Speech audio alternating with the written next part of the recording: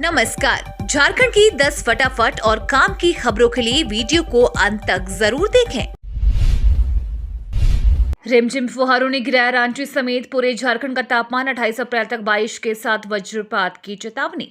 पिछले 15 दिनों से राजधानी रांची समेत आसपास के जिलों में हीट वेव ने लोगों की परेशानी बढ़ा दी है, लेकिन आसमान में दिन भर आंशिक बादल और हुई वर्षा से राजधानी समेत पूरे राज्य का तापमान गिरा दिया है। मौसम विज्ञान केंद्र रांची की माने तो स्थिति 28 अप्रैल तक बनी रहेगी। मौसम विज्ञान केंद्र रांची के विज्ञानी अभिषेक आनंद ने बताया कि झारखंड से टर्फ लाइन गुजरने और हवा के मिक्सअप से मौसम बदला है। बताया गया है कि 23 और 24 अप्रैल को पूरे राज्य में गर्जन के साथ वर्षा की संभावना है, जबकि अगले 2 दिनों तक राज्य के उत्तर पूर्वी यानी दुमका, देवघर, धनबाद, गिरिडीह, गोड्डा, जामताड़ा, पाकुड़, साहिबगंज के साथ दक्षिणी हिस्से यानी पूर्वी व पश्चिमी सिंहभूम, सिमडेगा, सरायकेला, खरसावा और निकटवर्ती मध्य भाग यानी रांची, रामगढ़, बोकारो, हजारीबाग, गुमला और खूंटी में गर्जन के साथ वर्षा होगी। 11वें दीक्षांत समारोह में 352 स्टूडेंट्स को मिली डिग्री। झारखंड गवर्नर बतौर चीफ गेस्ट हुए शामिल। भारतीय प्रबंधन संस्थान रांची के 11वें दीक्षांत समारोह में स्वामी विवेकानंद ऑडिटोरियम में शाम 5:30 बजे से छात्र और छात्राओं और अतिथियों का आना जाना शुरू हो गया, जिससे पूरे परिसर में उत्सवी माहौल देखा गया। यह समारोह इस वजह से भी खास हो गया है कि IIM अधिनियम 2017 की शुरुआत से संस्थान को राष्ट्रीय महत्व के संस्थान का दर्जा दिया गया है। इस समारोह में वर्ष 2020-22 बैच के लिए हर पैमाने पर तैयारी की गई थी। इस मौके पर राज्यपाल CP राधाकृष्णन बतौर मुख्य अतिथि शामिल हुए। TSC नियमावली पर सरकार ने राजभवन को नहीं दिया जवाब। अब एक बार फिर रिमाइंडर भेजने की तैयारी। राज्य सरकार ने जनजातीय परामर्शदात्री परिषद की नियमावली और उसके गठन पर राजभवन की आपत्ति का जवाब अभी तक नहीं दिया है। राजभवन द्वारा इसे लेकर 2 बार कल्याण विभाग को रिमाइंडर भेजा गया, लेकिन जवाब नहीं मिला। अब वर्तमान राज्यपाल CP राधाकृष्णन इस मामले को देख रहे हैं। बताया जाता है कि राजभवन शीघ्र ही राज्य सरकार को एक बार फिर रिमाइंडर भेजने की तैयारी कर रहा है। 2 तत्कालीन राज्यपाल भी जता चुके हैं आपत्ति। TSC की नई नियमावली के गठन पर तत्कालीन राज्यपाल द्रौपदी मुर्मू तथा रमेश बैस दोनों आपत्ति जता चुके हैं। तत्कालीन राज्यपाल रमेश बैस ने 2 बार जवाब मांगे जाने के बाद भी नहीं मिलने पर इसी साल 5 जनवरी को कल्याण विभाग के पदाधिकारी को राजभवन तलब किया था।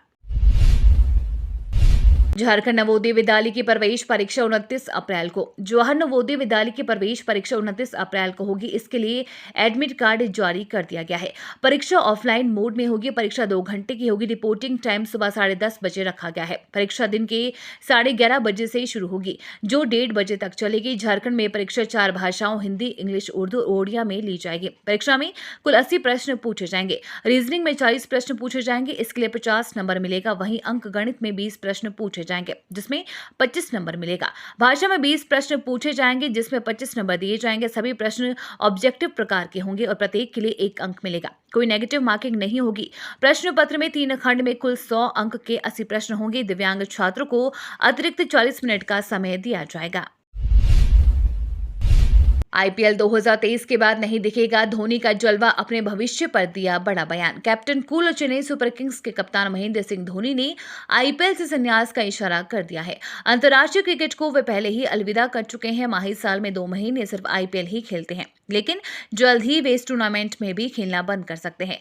दरअसल IPL के 16वें सीजन में सनराइजर्स हैदराबाद के खिलाफ मिली जीत के बाद कमेंट्री कर रहे हर्षा भोगले से भविष्य के बारे में बातचीत करते हुए धोनी ने कहा कि सब कुछ बोला और किया जा चुका है।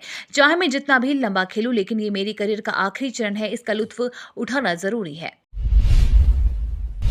कोयल रिवर फ्रंट पलामू की जनता को होगा समर्पित। दिल्ली के सूफी गायक बांधेंगे समा, बनारस के पंडित करेंगे आरती। 23 अप्रैल की शाम पलामू के लिए यादगार हो गए हैं। सिर्फ पलामू ही नहीं बल्कि पूरे झारखंड के लिए चर्चा का विषय बना मरीन ड्राइव यानी कोयल रिवर फ्रंट जनता को समर्पित किया जाएगा। इस उद्घाटन समारोह को भव्य बनाने की हर मुमकिन कोशिश की जा रही है। चर्चा में रहने के खास कारण मेदिनीनगर का मरीन ड्राइव अब बेहतरीन साज सज्जा के साथ 23 अप्रैल को जब जनता को समर्पित हुआ तो ये कोयल रिवर फ्रंट के नाम से जाना जाने लगा। ये मरीन ड्राइव उसके निर्माण शैली को लेकर चर्चा में आ गया। यूं तो मेदिनीनगर की कोयल नदी का किनारा पहले से ही अपनी प्राकृतिक छटा के कारण खूबसूरत था, पर जब मेदिनीनगर निगम ने इस पर मरीन ड्राइव निर्माण कार्य शुरू किया तो ये चर्चा में आ गया। इसकी निर्माण शैली किसी भी बड़े शहर को टक्कर देने जैसी है। मन की बात के 100 संस्करण को सफल बनाने में जुटी भाजपा जमशेदपुर महानगर की महत्वपूर्ण संगठनात्मक बैठक रविवार को बिष्टुपुर स्थित चैम्बर भवन में संपन्न हुई। भाजपा महानगर अध्यक्ष गुंजन यादव की अध्यक्षता में आयोजित इस बैठक में भाजपा जिला पदाधिकारी, विभिन्न मोर्चा के जिलाध्यक्ष समेत महानगर अंतर्गत विभिन्न मंडलों के अध्यक्ष शामिल थे। बैठक में 30 अप्रैल को प्रधानमंत्री नरेंद्र मोदी के मन की बात कार्यक्रम के 100वें संस्करण को सर्वव्यापी बनाने के लिए जमशेदपुर महानगर के सभी बूथों पर आमजनों के संग श्रवण सुनिश्चित करने को लेकर चर्चा की गई। वहीं सर्वजन हिंदू समिति के आंदोलन में भाजपा कार्यकर्ताओं की सक्रिय भागीदारी को लेकर रणनीति बनाई गई। इसके साथ ही बूथ सशक्तिकरण अभियान के तहत सभी बूथों की नवगठित समिति की सूची मंडल अध्यक्षों के द्वारा जमा की गई। कॉरिडोर बनने से गुमला में पर्यटन को मिलेगा बढ़ावा, बढ़ेंगे रोजगार के अवसर। गुमला में पर्यटन के क्षेत्र में काफी अच्छी संभावना है। अगर गुमला को कॉरिडोर के रूप में विकसित किया जाए तो टूरिज्म को बढ़ावा मिलेगा। गुमला में पर्यटन स्थलों को बढ़ावा देने व रोजगार सृजन के लिए लंबे समय से कॉरिडोर बनाने की मांग उठ रही है। गुमला हसीन वादियों के बीच बसा है।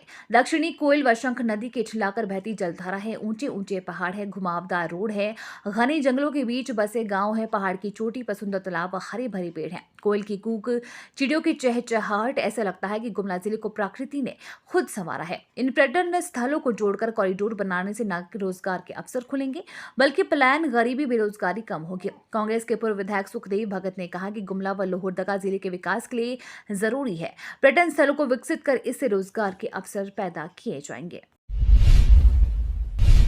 इस दिन जारी होगा मैट्रिक इंटर का रिजल्ट। यहां देखें डायरेक्ट लिंक। झारखंड बोर्ड के रिजल्ट से जुड़ी एक बड़ी अपडेट सामने आ रही है। रिजल्ट का इंतजार अब खत्म होने वाला है।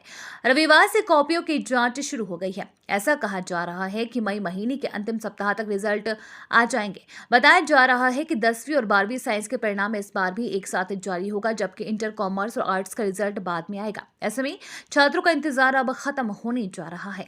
झारखंड में मैट्रिक और इंटर की कॉपियों की जांच रविवार से शुरू होगी। ऐसे में JAC बोर्ड की ओर से इसकी तैयारी पूरी कर ली गई है। बताया जा रहा है कि इस बार मूल्यांकन में राज्य भर में 19 जिलों में करीब 66 केंद्र बनाए गए हैं। इसमें भी मैट्रिक मूल्यांकन के लिए 35 केंद्र और इंटर के लिए 31 केंद्र बनाए गए हैं। साथ ही सभी केंद्र के निदेशकों को पूरी तरह से निर्देश दे दिया गया है कि जानकारी हो कि रिजल्ट मई माह के अंत में जारी करने का प्लान बनाया गया है।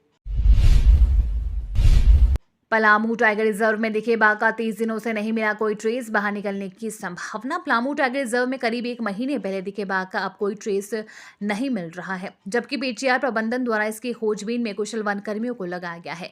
पूरे पलामू टाइगर रिजर्व सहित इसके बॉर्डर इलाके में जगह जगह पर कैमरा ट्रैप भी लगाया गया है। इतना ही नहीं, स्केट और पगमार्ग की खोजबीन की जा रही है, लेकिन अब तक वन कर्मियों को निराशा ही हाथ लगी है। इससे उम्मीद जताई जा रही है कि बाघ पलामू टाइगर रिजर्व से बाहर निकल गया है। करीब 60 किलोमीटर दूर स्थित चुंगरू कुमिड्डीह इलाके में पहुंच गया था, जहां उसके द्वारा 3 व्यक्तियों को घायल कर दिया गया था।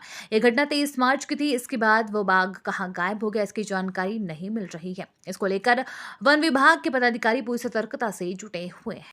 ये तो थी आज की बड़ी खबरें। अपने गांव या शहर की न्यूज देखने के लिए हमें कमेंट में जरूर बताएं कि आप न्यूज को कहां से देख रहे हैं।